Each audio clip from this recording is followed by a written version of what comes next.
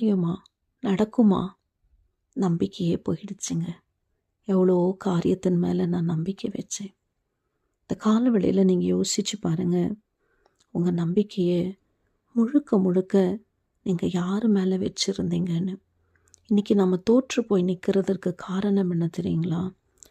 நம்மளை படைத்தவரும், நம்மளை உருவாக்கினவரும், நம்மளை உண்டாக்கினவரும், நம்மை நடத்துகிறவரும், நம்மை பாதுகாத்தவரும், இதுவரைக்கும் கைவிடாதிருக்கிற, நம்மேல் பிரியமாயிருக்கிற, நம்மேல் அன்பு வைத்திருக்கிற கர்த்தரை கொஞ்சம் அப்படி தள்ளி வச்சு மனிதர்களை முழுவதும் நாம் முழுவதும் நம்முடைய நம்பிக்கை அவங்க மேலே தான் வச்சுட்டோம். நம்முடைய நம்பிக்கையெல்லாம் அவங்க மேலே தான் இருக்குது. இன்றைக்கி தோற்று போயிருக்கிறோம். இன்றைக்கி அந்த நம்பிக்கை போயிடுச்சு. நம்பிக்கைன்றதுக்கு அர்த்தம்